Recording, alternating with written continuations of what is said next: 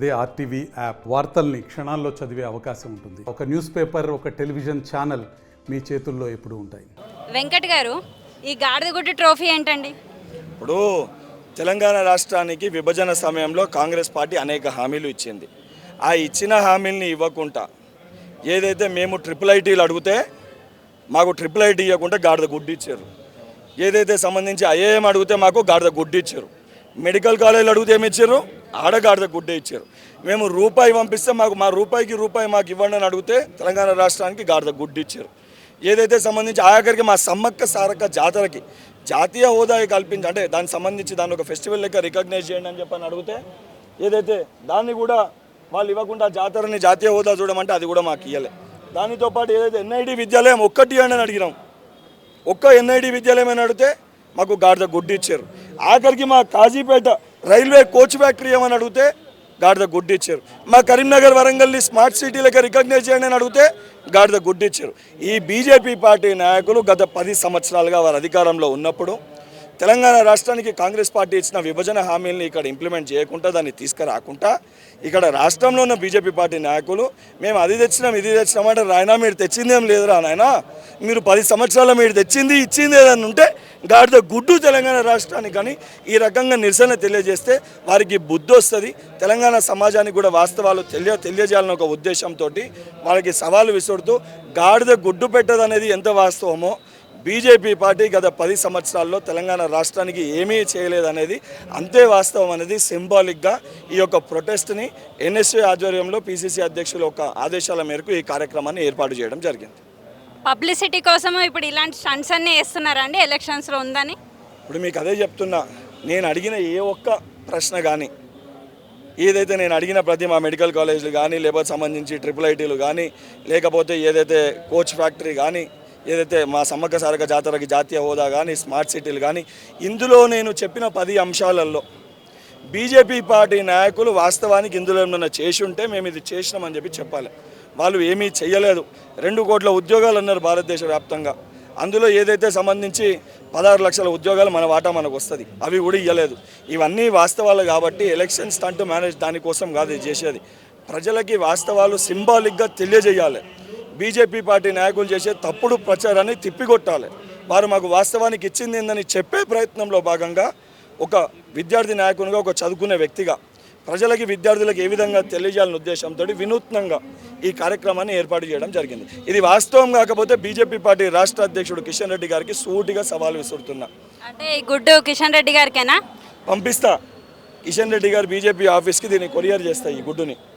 మరి ఈ గుడ్డు వారు ఇచ్చిర్రో లేదో అనేది వారు తెలియజేయాలి. రేపు పొద్దున ఈ గుడ్డు మేము ఇవ్వలేదు, మేము ఇచ్చిన ఈ 10 హామీలు మేము ఇచ్చినామని చెప్పగలిగితే కిషన్ రెడ్డి గారికి ఈ గుడ్డు పంపిస్తా. ఈ గుడ్డు పక్కన పెట్టుకొని ఈ గుడ్డు మేము పంపింది కాదు, మేము ఇచ్చిన ఇవి తెలంగాణ రాష్ట్రానికి అని ప్రెస్ మీట్ పెట్టి తెలంగాణ ప్రజానికానికి తెలియజేసి ప్రజల మధ్యలోకి వెళ్ళి ఓట్లాడగాలని చెప్పి హెచ్చరిస్తున్నాను. ఎందుకు ఇంత కష్టపడుతున్నారు మీరు ఎలక్షన్స్ కోసం అని? ఇంత కష్టపడుతుంది మీ ఎలక్షన్స్కి ఇంత కష్టపడి ఉంటే మీరు గెలిచి ఉండేవాళ్ళు కదా.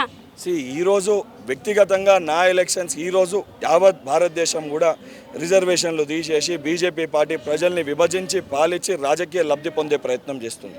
స్వాతంత్రం తెచ్చిన పార్టీగా ఆ పార్టీలో ఆ స్వాతంత్రాని కోసం ప్రాణ త్యాగాలు చేసిన పార్టీగా మా పైన బాధ్యత ఉంది. ఈరోజు బీజేపీ పార్టీ మా స్వేచ్ఛని గుంజుకునే ప్రయత్నం చేస్తుంది, మా అభివృద్ధిని అనగదొక్కే ప్రయత్నం చేస్తుంది, మమ్మల్ని వెనుక మా రిజర్వేషన్లు తీసేసే ప్రయత్నం చేస్తుంది, బడుగు బలైన వర్గాలకి మోసం చేసే ప్రయత్నం చేస్తుంది. నా వ్యక్తిగత లాభం నా ఎలక్షన్. ఈరోజు భారతదేశం ఒక కష్టమైన పరిస్థితిలో ఉంది. బీజేపీ పార్టీ చేతుల్లోకి వెళ్తే ఆ వాస్తవాలు తెలియజేయాల్సిన ఒక బాధ్యత ఒక కాంగ్రెస్ పార్టీ నాయకునిగా కాదు, ఏదైతే భారతదేశంలో పుట్టిన ఒక ఇండియన్గా నా పైన బాధ్యత ఉంది. కాబట్టి నా బాధ్యత మేరకు బీజేపీ పార్టీ చేసే విష ప్రచారాన్ని తిప్పికొట్టే ప్రయత్నంలో భాగంగా ప్రజలకి ఈ విషయాలు తెలియజేస్తున్నారు. మొన్న రేవంత్ రెడ్డి గారు రిజర్వేషన్స్ ఎత్తేస్తుంది బీజేపీ గెలిస్తే అని అన్నారు. దానిపై మీ కమెంట్ ఏంది? అది అసలు జరిగే పనేనా? 100%. ఎందుకంటే అమిత్ షా గారి వీడియోనే బయటకు వచ్చింది. వాళ్ళు రిజర్వేషన్స్ ఎత్తేసే ప్రయత్నం చేస్తున్నారు అని చెప్పి అనేక సందర్భాల్లో మనం చూసినాము. వాళ్ళు 400కి పైగా సీట్లు రానికి కూడా ఏంటంటే రాజ్యాంగాన్ని మార్చే ప్రయత్నము బీజేపీ పార్టీ వాళ్ళు చేస్తున్నారని చాలా స్పష్టంగా కనబడుతుంది.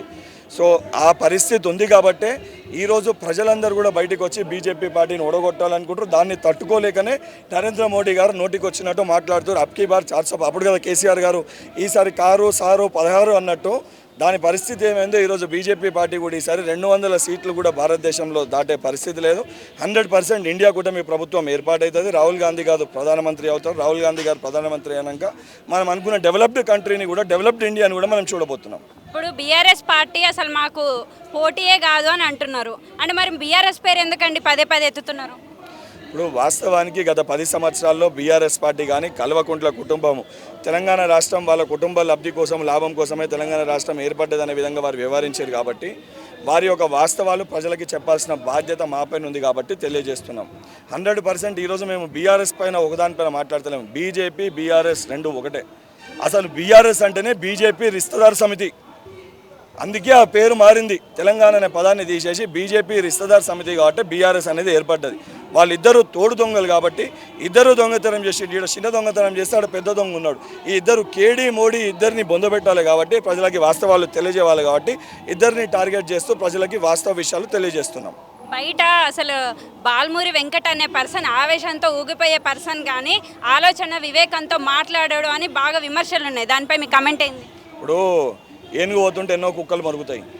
నేను వాస్తవానికి నేను చేసింది ఏంటి, నేను ఆవేశంతో మాట్లాడుతూ అవును, తెలంగాణ రాష్ట్రం కోసము ఎంతోమంది ప్రాణాలు అర్పించి తెలంగాణ రాష్ట్రం ఏర్పడితే ప్రతి తల్లి, ప్రతి యువకుడు బలహీన వర్గాలు సుఖ సంతోషాలతో ఉంటారని చెప్పి ఒక నమ్మకంతో ఉండాలని సోనియమ్మ తెలంగాణ రాష్ట్రాన్ని ఇస్తే, ఏదైతే మిర్చి రైతుల చేతులకి సంఖ్యలు లేచి, నేరెళ్ల దళిత సోదరుల చేతులకి సంఖ్యలు లేచి, యువకులపైన కేసులు పెట్టి, ఏదైతే విద్యార్థులపైన దాడులు జరిగి బడుగు బలహీన వర్గాలకి రిజర్వేషన్ ఇవ్వకుండా మైనార్టీ సోదరులను విమర్శిస్తే ఒక బాధ, ఆవేదన, ఆవేశంతో ఒక విద్యార్థి నాయకునిగా 100% నా ప్రజలకు అన్యాయం జరుగుతుందని ఒక కోపంతో 100% బాల్మూరి వెంకట్ ఆవేశంతో మాట్లాడతా. నేను యువకుని, నాలో కూడా తెలంగాణ రక్తమే, తెలంగాణలో ప్రతి యువకునిలో ప్రవహించే రక్తమే నాలో ప్రవహిస్తుంది కాబట్టి ఆ కోపంతో మాట్లాడతా.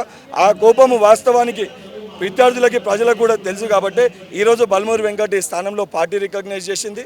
ప్రజలు కూడా బాల్మూరి వెంకట్ బాగుండాలని చెప్పని కోరుకుంటారు. ఇప్పుడు బ్యాక్ డోర్లో మీరు ఎమ్మెల్సీ టికెట్ కొన్నారని కూడా అంటున్నారు. మీరు విద్యార్థి నాయకుడిగా ఎమ్మెల్సీగా ఉన్నారు కదా, ఏం చేస్తారు విద్యార్థులకు? మరి ఇప్పుడు టికెట్ కొనే అంతే పరిస్థితి, అన్ని పైసలే నా కాడు ఉంటే ఈరోజు బాల్మూరి వెంకట్ హుజరాబాద్ ఎన్నికల్లో కూడా 6,000 వంచారు, ఒకళ్ళు 3,000 వంచారు. నేను ఇంటింటికి పోయి దండం పెట్టి ఓట్లు అడిగిన.